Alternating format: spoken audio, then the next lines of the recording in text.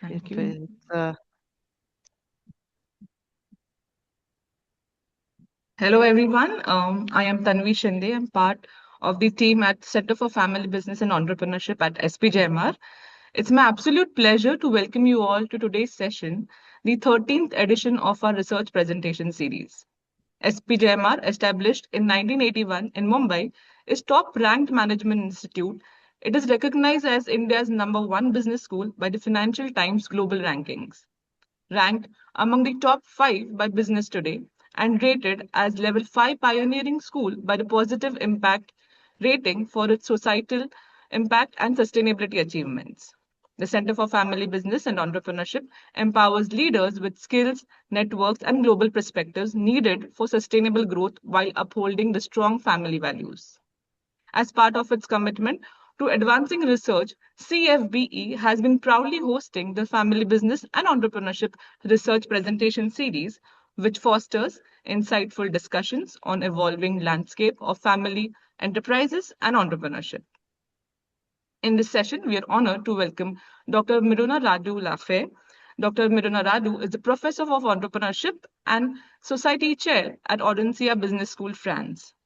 Dr. Miruna Radu is the editor-in-chief of Entrepreneurship and Regional Development and Entrepreneurship Scholar for more than 20 years.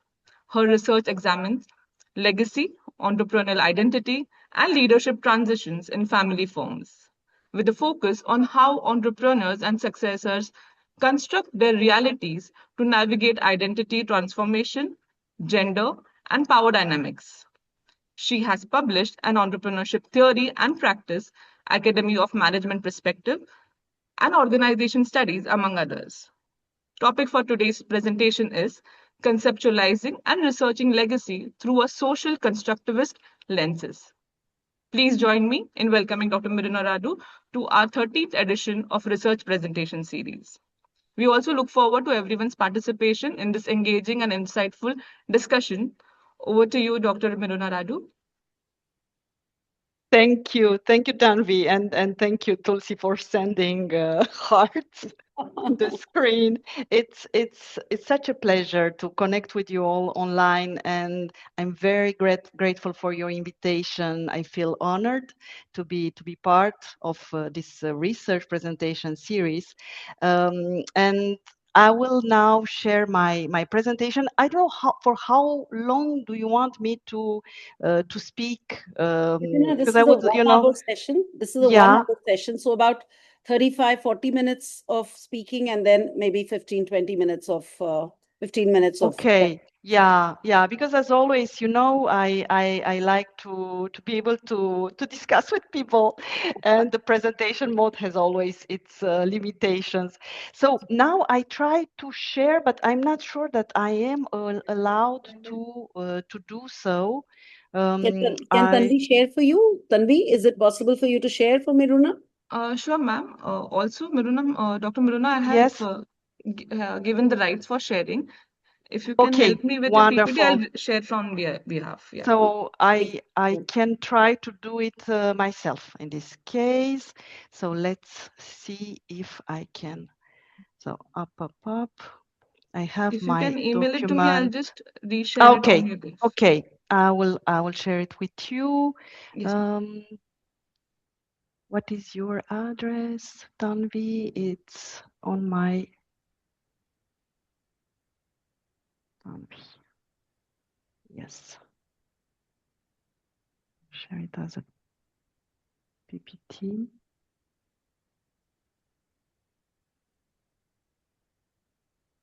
Okay. Share it as a PDF. It's easier. So it's done. It should be with you. Because from what I can see, I can share my email, but I can't see the PPT on my screen. Yeah. Okay. So thank you, Tanvi, if you can help me with sharing the presentation. It's a suspense. It's like in criminal movies before legacy arrives. So I prepare just as an introduction. I prepared a quite long presentation. So of course you will have it, in PDF and PDF, and you can of course share it with everyone, after our session. We'll see what we can, what we can do. In the time we have, but yeah, I wanted to say a lot about it. It's like a series of yeah, conferences. So yeah, the title is quite ambitious. It might be a set of PhD thesis, and this would be actually one of my dearest, wishes, to actually see more PhD dissertations in this area and taking this social constructivist lens. So I will try to share with you today. So if we can go directly to the second slides here, a few of the ideas that I've been developing together with my co-authors over the last years. So around this notion of legacy. And my way of looking at it, you will see it quite easily, is a social scientist perspective on legacy. And from an epistemological standpoint, I position myself in the realm of social constructivism. So for social constructivists, and I might cite one of the most emblematic books in this area is the Berger and Lachman, the social construction of reality. So for social constructivists, social reality is not given. I might even say it doesn't exist. It doesn't exist, independently from us, the one who construct it through our behavior, through our communications. And this construction happens on an ongoing basis. So every version of reality only exists for a certain period of time, I might say, and in a certain place. And thanks to those who actually interact together to create and to enact this reality. And at the same time, my way of approaching legacy, because legacy is a notion, such an inspiring notion, so much related to who we are as human beings. And therefore, the way I approach it is through a lens that feminist scholars called embodied theorizing. What does it mean, embodied theorizing? So the body and theorizing. Theorizing, of course, usually is seen as a purely cognitive process, a process of thinking. And so only our heads are involved in theorizing in general. And moreover, many scholars imagine, but for me it's more like a wishful thinking, that theorizing is a primarily rational process. Well, feminist and critical scholars, of course, challenge this this very optimistic perception of theorizing, and they acknowledge the fact that we theorize, we as human beings endowed with emotions and spirituality and moral, issues. And therefore, so of course, theorizing as such is a social activity embodied, in our beings as social subjects. And this makes sense when we approach legacy, because studying legacy, conceptualizing legacy in family business and in other organizations also somehow connects to our own experience of mortality. So one cannot think about legacy without thinking implicitly about one's own mortality. So yeah, this is how I approach it, and I approach it as a set of a social construction, embodied and at the same time situated in layers of context, social, material, economic, but also, of course, political.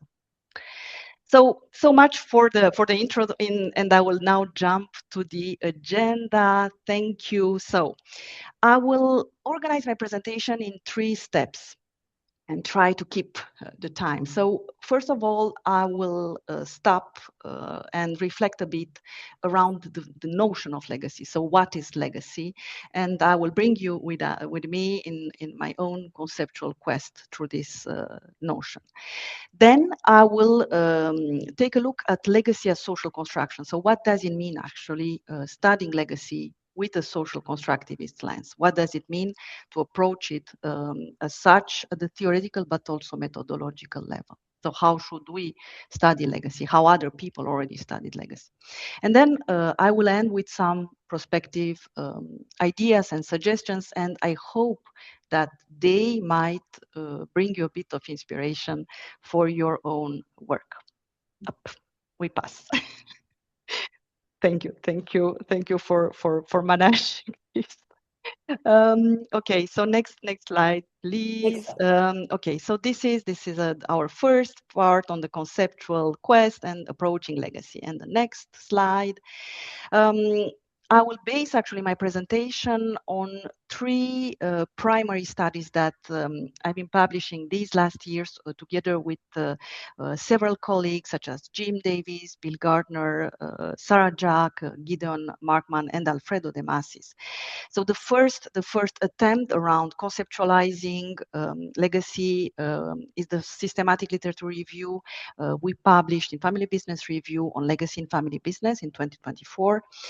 This was followed this year, 2026, by a special issue on legacy in organizations, published in the Academy of Management Perspectives. And I can only encourage you to check these special issues.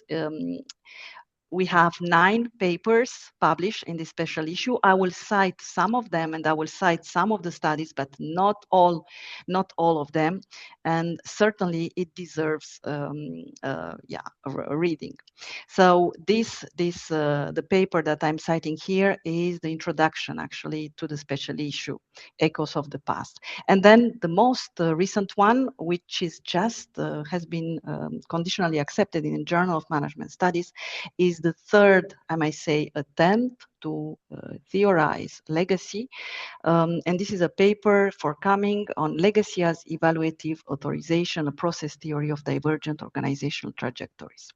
Okay, so let's start on this part one around the notion of legacy and the big question, what is legacy? And before starting, the next slide.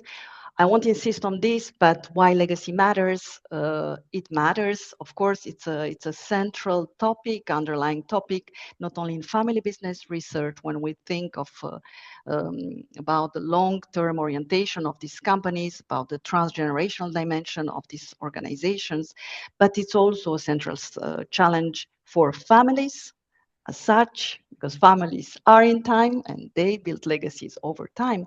And of course, for individuals, because individuals construct their identities, position themselves in the world in relation to their past and to a set of legacies, those of their families, their firms, their regions, their countries, and so on. So yes, it's a major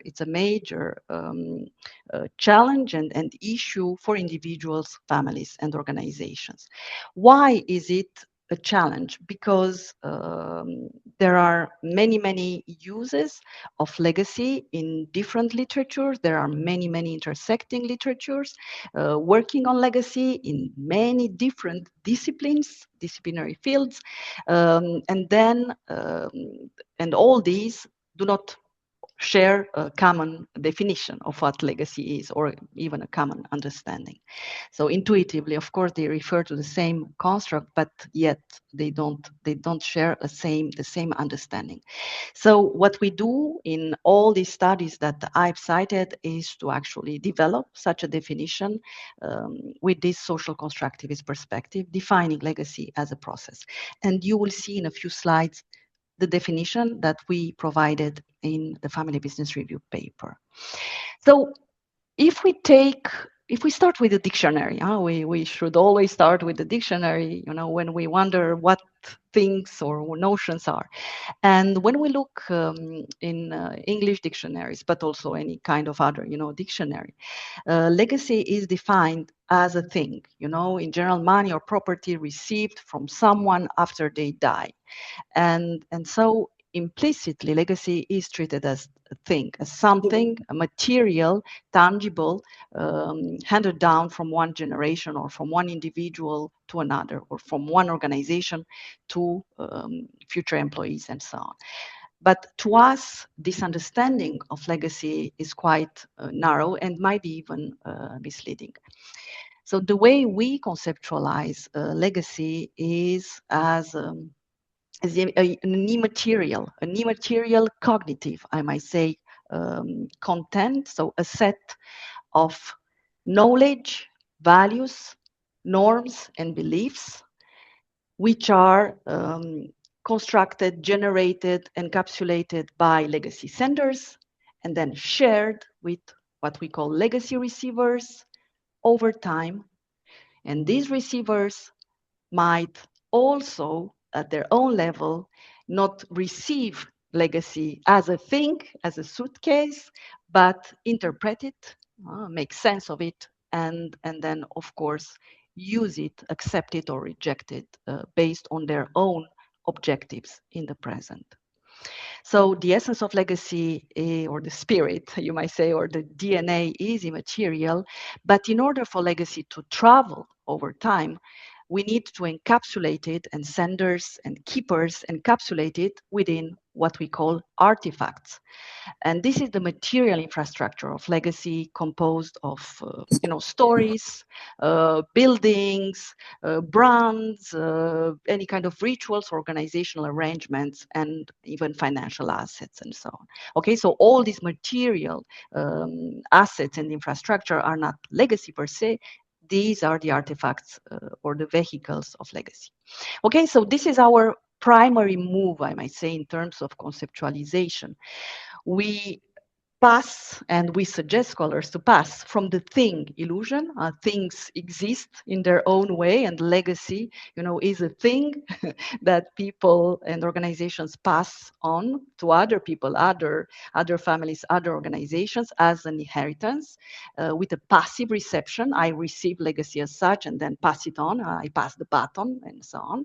And with this static view of what legacy is and its meaning and value, to a process understanding of legacy, where legacy is a living process, actually. And it is a field of negotiation, actually, between senders and receivers over time, and therefore not only inherited as a thing, but instead interpreted, adapted, transformed, and even recreated, regenerated over time. Okay, so this is the first move involving active co-creation of legacy over time, understanding legacy not as a thing or a propriety, but as a process. Okay, so we move further. So this is our answer to understanding what legacy is. And here you have the definition that I promised you at the beginning. So if we take this process, co-constructive view of legacy, then how can we define legacy? Okay, going somehow against the dictionary. Well, to us, legacy is a co-constructed process by which motivated legacy senders and receivers build, interpret, and use values, norms, knowledge, and beliefs from the past by either acting on them directly through interpretation or through the mediation of verbal, symbolic, physical, and visual artifacts in a particular family, business, industry, and country context. Okay, so it's a process involving at least two players, a process over time, a process happening in a specific cultural, spatial, temporal, institutional, organizational context, and so on. And people on both sides have agency. Both senders and receivers have agency. What we found in this systematic literature review is that legacy is not always as an asset, because it's true that the majority of the family business literature sees legacy as a collective resource. This is the dominant view of legacy. Collective resource, a strategic resource for organizations, families, and individuals. But in certain situations, legacy might also be a liability. This is the dark side of legacy, and become a constraining force for individuals, families, and organizations, triggering, for instance, inertia and impeding innovation. Okay, and in some situations, it might act as a paradox. So both an asset and a liability in certain situations at certain periods of time. What we also found in this paper is that legacy operates across levels of analysis. So it certainly operates at the individual level, because it might be, of course, this is where we speak about the founder legacy. So this is an individual legacy, level legacy received, for instance, by a successor. But legacy also operates at the family level. This is where we speak about family legacy or entrepreneurial legacy in business families. And then it operates at the organizational level. This is where we have the family firm legacy. And it might even operate, but we still miss empirical, we a bit lack empirical studies on this. At the regional level, maybe papers on clusters, you know, this might be somehow related to, or industrial districts to regional legacies. And of course, it might operate at the national level. Okay, so it is multi-level, it is multi-temporal, it is a process over time, and it might be an asset, liability, or paradox. And on the next slide, what you see is precisely this, okay? This is our process model of legacy co-construction in family business, involving on one side senders, on the other side receivers, both with their own motivations, and then circulating and acting are sharing legacy, at the same time interpreting back legacy and using legacy. And all this process of communication, sharing, interpretation happens through the mediation of different forms of artifacts, visual, spatial, narrative, symbols, and so on. And of course, all the process is situated in different kinds of contexts, organizational, industry, and country context mainly. Okay, so we pass. So if I sum it up, thinking about legacy as a co-construction is seeing it as actively constructed, okay, by senders and receivers over time. It's not just a transmission, an unilateral or linear transmission from the past to the present and the future, but instead it's a circular, joint activity that people do in interaction, because people in the present, of course, have their own agency. And of course, this requires the contribution of artifacts. They play a major role in the circulation of legacy, but also requires interpretation on the side of receivers, attribution of legacy to certain senders, saying this legacy is the legacy of the founder and not the legacy of somebody else, and acceptance of the legacy. And the issue of acceptance is a huge one, because we know that many receivers do not accept legacies as such. They might reject them for emancipation reasons, because of a perceived power of senders, and for many other kinds of reasons. And we still know little about why people reject legacies.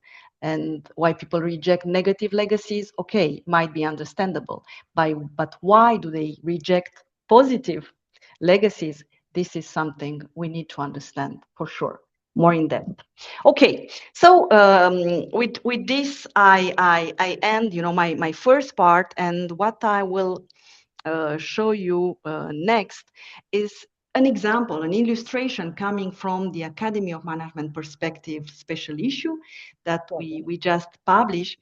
This is a very beautiful paper I suggest you to read. It's a paper authored by Alan Discoa-Cruz and Ellie Hamilton, is on the legacy of faith in family business. Beautifully written paper with an empirical study on a family business, a transgenerational one in Honduras, and how this family over 3 generations co-constructed a legacy of faith through different types of artifacts, such as stories, prayers, business policies, and how these activities actually enable legacy to act as a compass, an anchor, and the lighthouse for the family, for individuals, and for the family business alike. Beautiful piece.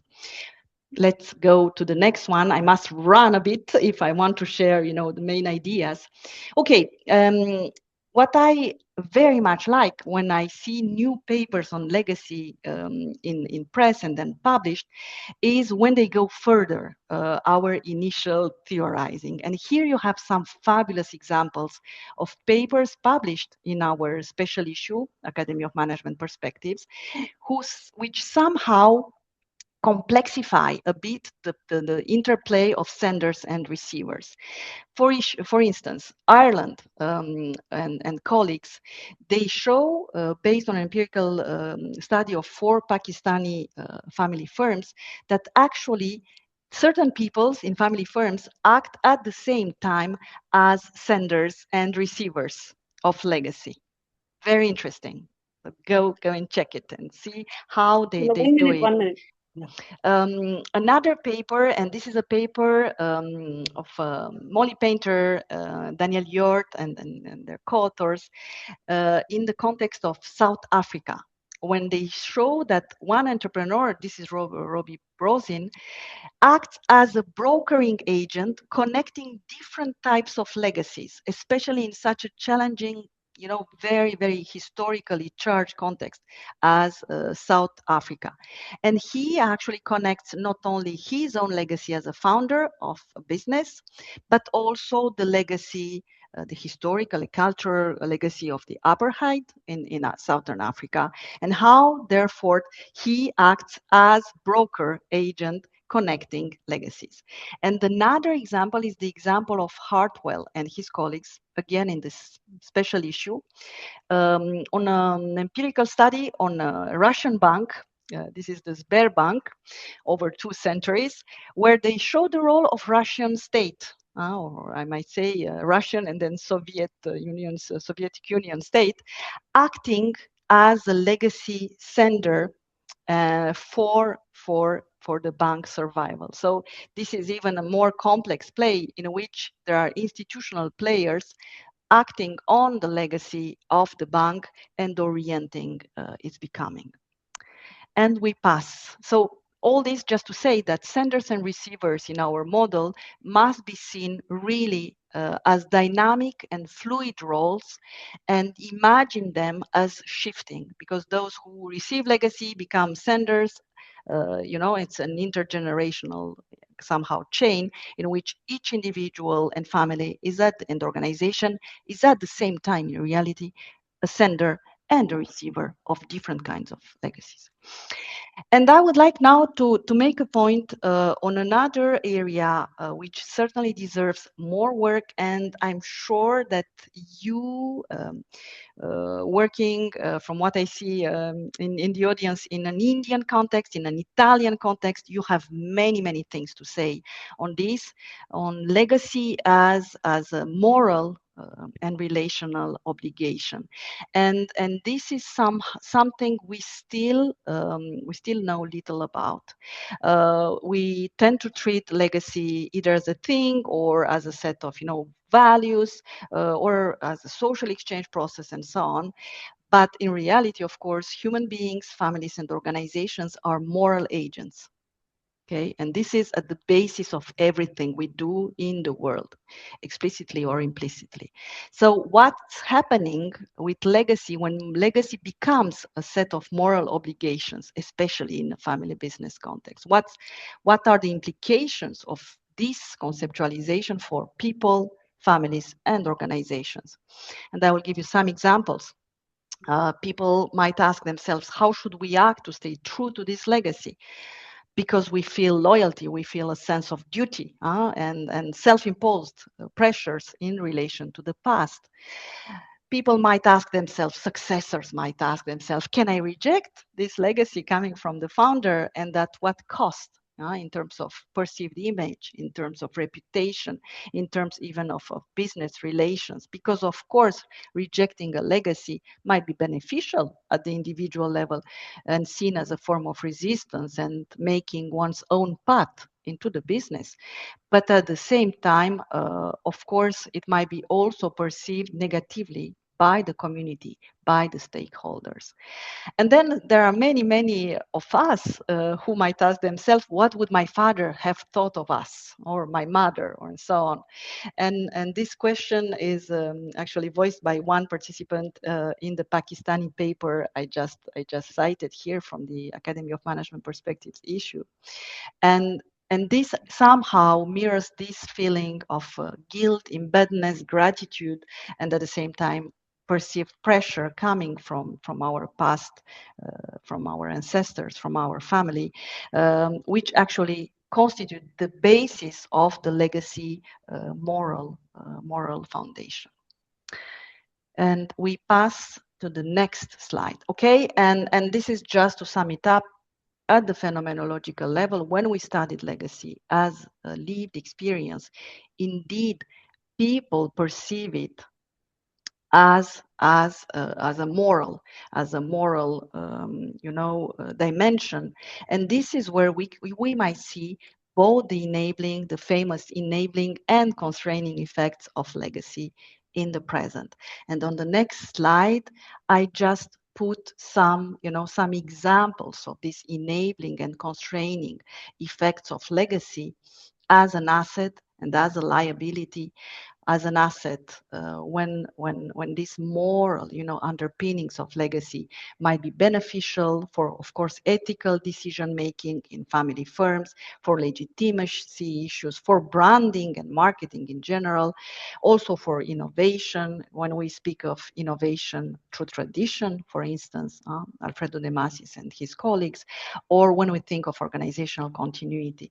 But legacy might be also morally constraining, and this is when it becomes a liability, especially in succession context, but also when we think of organizational change and the effect of legacy on organizational inertia, because it might, of course, trigger path dependency in organizations and in family firms specifically. Okay, and now we'll jump. I will end just with this PS. I won't enter into this, but it's certainly a topic very, very dear to my heart, the issue of power and legacy. Because when we think of legacy as a moral construct, not only as a cognitive or an emotional construct, when we think of it as a moral construct, power relations are always, somewhere in the background, because accepting legacy or rejecting legacy might also be done in order to resist or to reject the power of another, the power of the founder, the power of the family, the power of the organization, or of one's own culture and region and so on. And legacy, when accepted, it exerts, of course, a form of power on individuals, families, and organizations. So how do we negotiate actually with this power?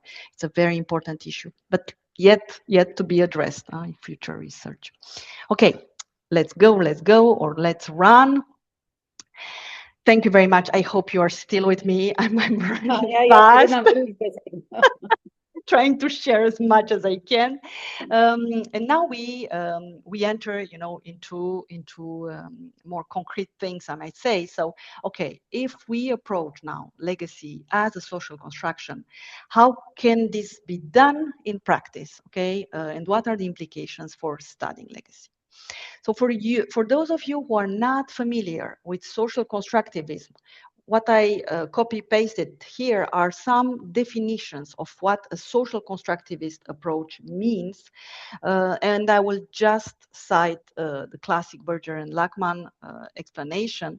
They say the social construction of reality actually relates to how individuals create knowledge, make sense of the world around them, and construct reality and the view of themselves. Okay, let's go further. And I will start this exploration, with the next slide. And I try to summarize here how can we actually see legacy if we approach it as through a social constructivist lens. And one of the main ideas that we add to the prior conceptualization that we developed about legacy in the Academy of Management Perspective introduction is to see legacy as dual valent. We saw it already as a process, we saw it as a co-construction. In this text, we argue that legacy is fundamentally ambivalent and has a dual valence, so at the same time positive and negative. Okay, so at the same time, an asset and a liability, a source of inspiration or of constraint. And over time, depending on receivers, it might actually shift in one or other direction. And on the other asset side, of course, it might play several enabling effects and help the organization, help the family in terms of purpose, meaning, continuity, and strategy, strength and competitive advantage, and so on. But on the liability side, we might also have what we already discussed here, inertia effects, coercive effects on successors' behavior, and also a feeling of restricted freedom and autonomy, and also sometimes, negative effects on the strategy and resistance to change. Okay, so what starts as an asset might actually later on turn into a liability and then be resurrected again in the next generation as an asset, and so on. Okay, a fundamentally dual valence for legacy. Okay, and then we pass. If we take a social constructivist view, we have to to be very, very careful, not only to address the interaction between senders and receivers and to understand what is negotiated, what circulates and how between the two poles over time, but also to develop an understanding of processes happening over time. So of course there is a temporality in legacy, but here again, there are many, many visions of time, and I can only invite you to read, to make yourself familiar with philosophy and the philosophy of time, because we tend to have a very, very linear view. This is the clock view of time, okay? The collective linear time of generations coming one after the other, seeing succession, innovation, and trying to trace them back through historical methods, which are great, of course, archival data, narrative, inquiries, institutional records, and so on. But this is just one view of time.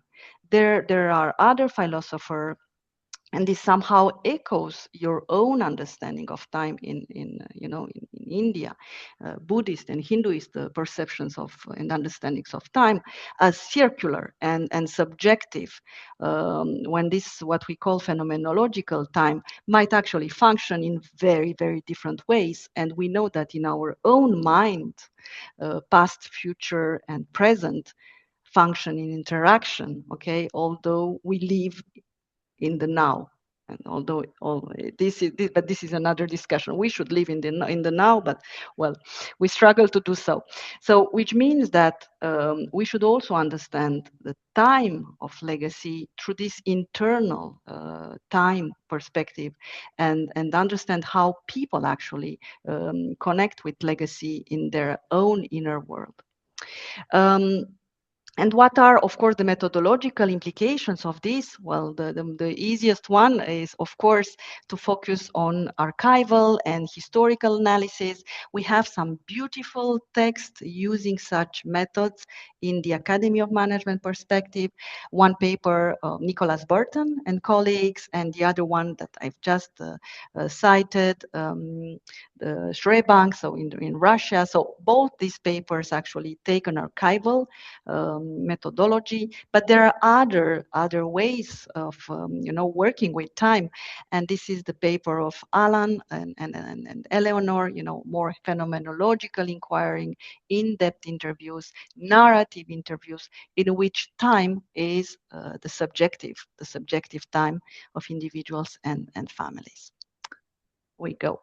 Okay, and then here I will go rapidly just to say that although legacy is co-constructed over time and is therefore not a thing, but something, a process that we co-construct and that is temporary in nature, we don't have to overlook the importance and the weight of legacy. And in the paper on Russia, the authors use a very beautiful metaphor, learning the elephant how to dance, and the elephant is legacy. because, and this metaphor so, so insightfully suggests the weight of legacy, the perceived value of legacy, and the fact that legacy, as it's built, by people in interaction, then once it is accepted, it plays a very, very important and influential roles on everyone at all organizational levels, because of the perceived value of the legacies that we share and that we accept.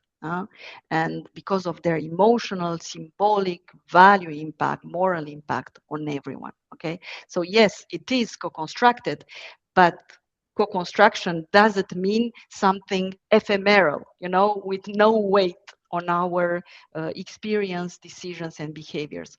On the contrary, once accepted, once shared by multiple stakeholders, legacy really, really becomes very, very powerful. It's a force, and it might be seen as an invisible hand. Okay, up, and we go further.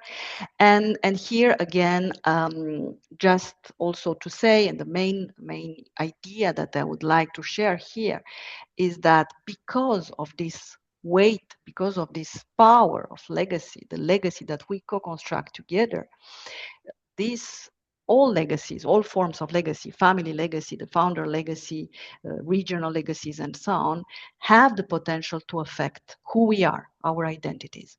And there are beautiful papers on identity work, on identity construction at the individual level, at the collective level, showing how people make sense of legacy, and while they do so, they actually construct themselves as successors, as family firm, leader managers, and so on. So yes, legacy is a cultural resource that people use in order to construct who they are.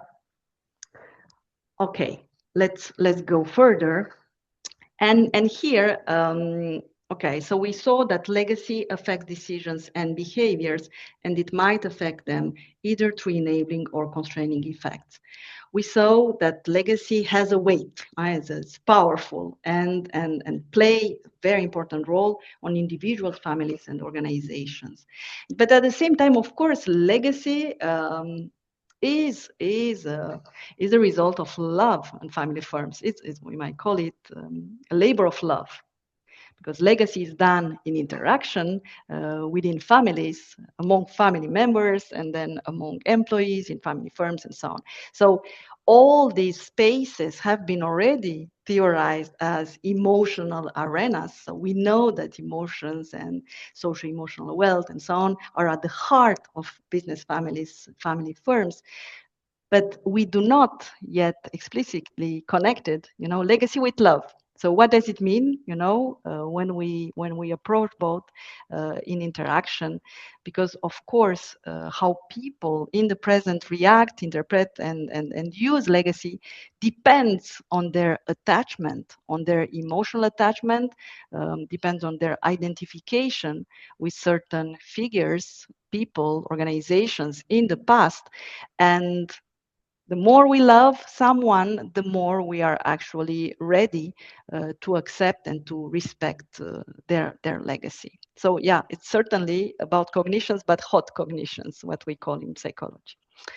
And then just one last example, because I very much love this this example, and it's an example of a study. It's Goya Tokieto and her colleagues, again in AMP, using experiments to study legacy. Yeah, isn't it cool? Really, we don't have many experimental studies, and we need more. And what they do is actually they wanted to see how legacy might motivate people to act more pro-socially, in a more pro-social way. And they actually activated a legacy motivation in the people that they studied to see what kind of decisions these people will take regarding environmental issues and organizational decisions and so on. And they saw that the very simple fact of activating a legacy motivation led this individual to develop, you know, more pro-social motivations and actions. So yes, thinking about our own legacy, so what do we leave when we behind, will make us act in a more pro-social and therefore moral way towards others. And this is very, very important to know. Yeah, we go further because we are running out of time. This is again just an illustration of the legacy acting across, you know, levels of analysis, from the individual level to the social level. And I gave you some examples from the AMP special issue because there are studies there approaching legacy at the individual level, at the founder level, and then at the family level, this legacy of faith, for instance, paper, at the organizational level, and then also at the societal level. Okay, and what is interesting is to have not only studies at each level of analysis, but of course studies taking all levels into account to see their interactions, cumulative effects, or on the contrary, to understand the contrast effects among levels of analysis. And this is also something we need to do more. Yeah, up, go, go, go. Yeah, just 2 words for the moment. What we have, you know, in the field of legacy is an abundance of case studies.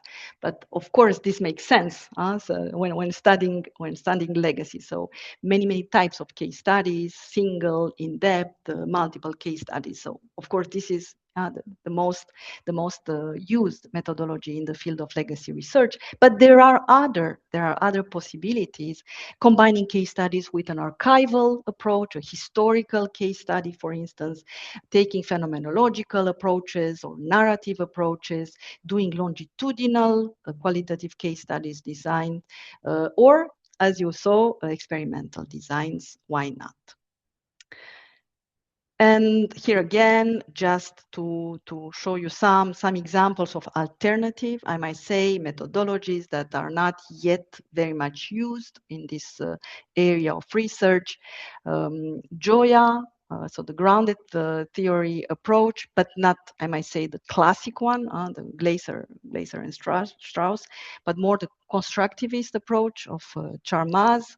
And of course, again, case studies, but also why not philosophical approaches, trying to understand how people make sense actually of the legacy that they built and they receive.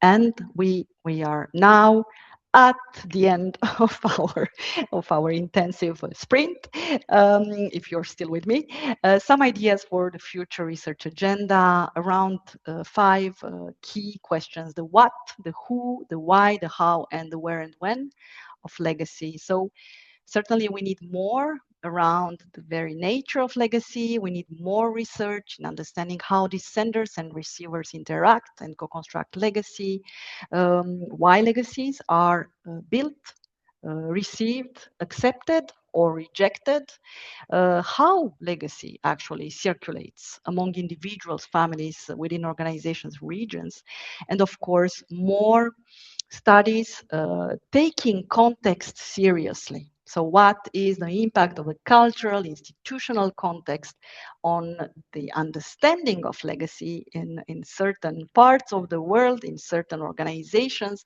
What is the interaction of legacy with spirituality, faith, politics, and so on.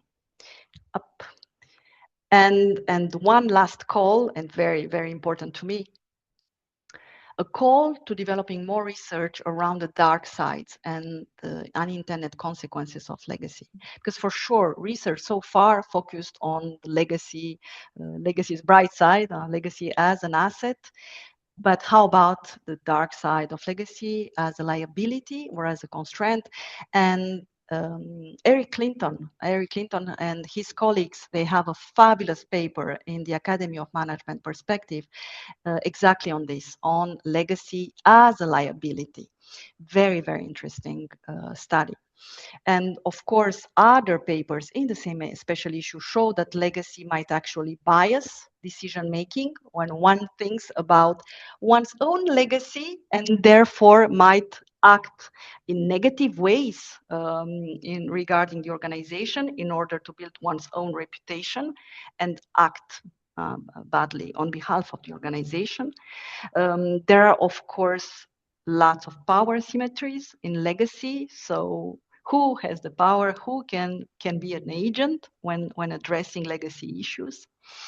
And of course, what we call the legacy cacophony, because we are in a, when we look at reality in a holistic way, we are always focusing on one legacy when we do our study. But this legacy, we have to keep in mind that a single legacy doesn't exist in isolation. Every single legacy exists in a system together with other sets of legacies, other layers of legacy. So therefore, within the same organization, we might have a cacophony of legacies and contradicting actually effects in between, let's say, the founder legacy, the firm legacy, and the family legacy. And yet we tend to think of these three as always coherent and happily married over time.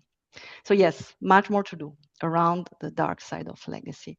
And of course, just one word, because we are in an entrepreneurship and family firm center here, and practice matters, and the impact on practice is absolutely fundamental, because this is why we do research to make ourselves useful in relation to the society out there. I suppose that we might actually train better and support better our business families and our family firms by helping them understand this co-constructive nature of legacy, helping them understand that legacy can be managed as a strategic resource, that there are structured activation tools, all these artifacts that we might at the organizational level and family level learn how to shape and how to preserve, how to transmit over time. And also, of course, we might also invite business families and family firms to reflect on the emotional and moral values, but also weight of the legacies that we carry on over time. And my conclusion up next slide. And I will let you with this, the concluding thought, next. I suppose that if we are all, in this space, and if we think of legacy, and this will circle back to my embodied theorizing. So if legacy matters not only for science, but for our life, is because legacy is about life and death. And many see it as an immortality vessel, isn't it?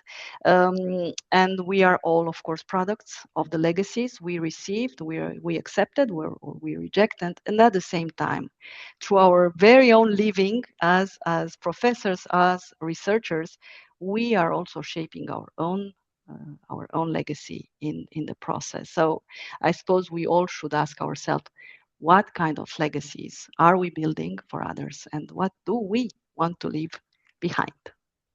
Thank you, everyone, and I hope it wasn't too fast. Yeah, but yeah, I finished on time. God. Shiva is responsible. Thank you so much, Miruna. Thank you, Tulsi. Thank you. It was a bit rapid, but I wanted to share as much as possible. Yeah.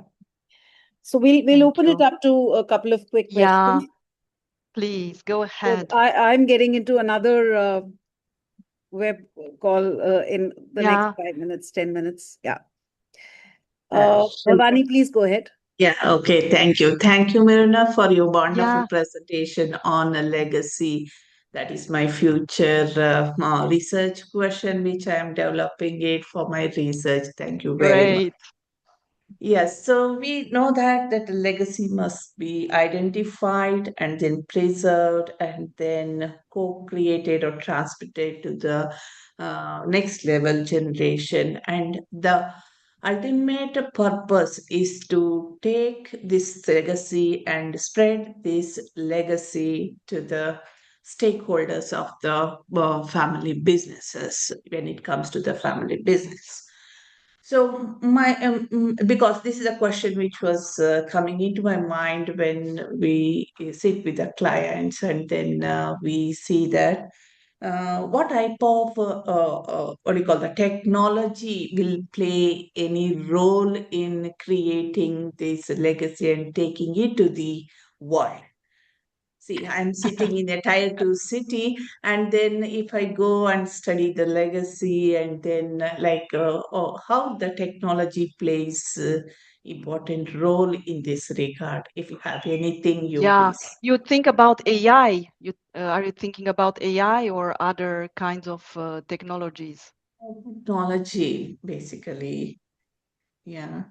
Because Communication. this way you can reach out to the world and saying that this Yes, is the yes, legacy. yes, Because yes, yeah, it differs from one family to another family yeah, business. yeah, It differs. So if you have absolutely. anything, you please, yeah. Yeah. I suppose that the first work that any family firm, intergenerational family firm has to do is to be able to document their past in a very rigorous way.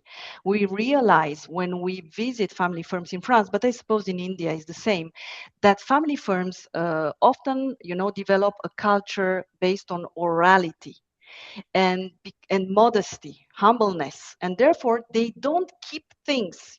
They just act, they develop, they survive in many cases, and then at the second or the third generation, they don't have enough artifacts, they don't have enough material, and we might say technology might help us with this in order to actually simply document the past. So I'm not speaking about legacy yet, but constructing this material infrastructure that might help people in the future, remember and make sense of the past. So the first thing to do is archival, archival data collection, and technology might be crucial in this, and even delegate, people in the family in charge of collecting and archiving everything related to the past.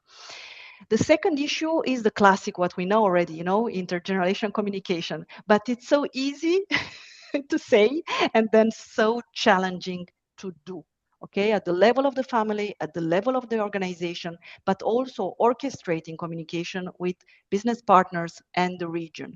Because what we see is that we have actually a disconnect in terms of the interpretation of legacy in between generations and individuals belonging to the same generation.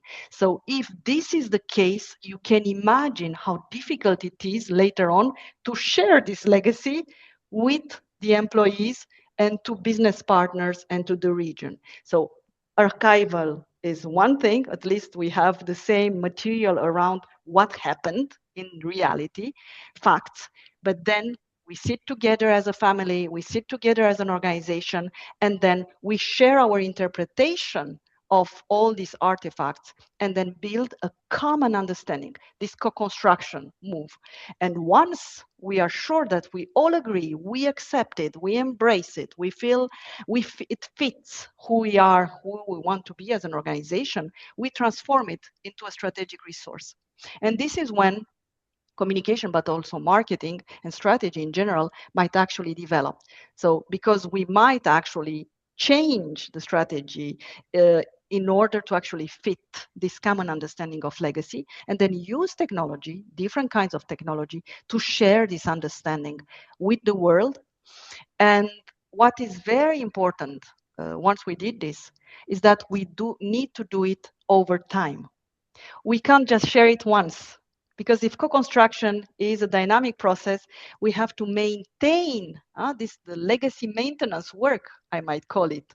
It's really fundamental to ensure that we are still on the same page, with the employees internally, and that we are still on the same page with our clients and user, that we are still on the same page with our partners over time, you see? So, okay, legacy building through all this archival work and diaries and whatever, legacy interpretation at the collective level and acceptance at the collective level, and then sharing, communicating, and maintaining legacy over time. Yeah, so this is what I see as important, to be done. Bhavani, thank you, and good luck with your own studies around this. Thank you. Thank you very much. Any questions? Any other questions? I Varun? check. No, there are no questions right now on the chat. I Varun? have one question. Can I ask? Yeah. Yes, please. Professor Miruna, I have one question regarding the definition of Sanjay. legacy. Am I audible to you? Yes. Yeah. Legacy, traditions, and history. There's a bit of overlap in these three concepts. Yeah. How we differentiate them? Because tradition is much similar to legacy for me, right? Yes. Likewise, you just talk about Yes. history also. Yeah. It's a very, very important question. We don't have yet a study doing what we call, in psychology, they used to do this nomological network, when you actually differentiate one construct in relation to other sister constructs. So no, not yet. But from how I see things, legacy is fundamentally connected to an identified sender. Legacy is not anonymous. Okay, we have a sender, and the attribution process is fundamental in legacy. So a receiver must do this attribution process. This legacy is the legacy of the founder. This legacy is the legacy of the family, firm. So there is always a sender, a source. Then we might discuss, because this is fascinating, it might be an imaginary source. It comes from Shiva, okay? So it's an attribution, okay? We attribute, actually, legacies to certain people or figures in the past. Tradition is like culture. Tradition is an anonymous force, okay? And tradition, I might say, to me, that the success of a legacy at the organizational level when it becomes tradition, because this means that somehow legacy has been so institutionalized that it became a tradition. Okay, so it became a localized culture, a set of values, norms, and beliefs that exists and characterize an organization, and nobody knows what is the source of it. We just all respect it and enact it as something natural. So this is tradition, okay?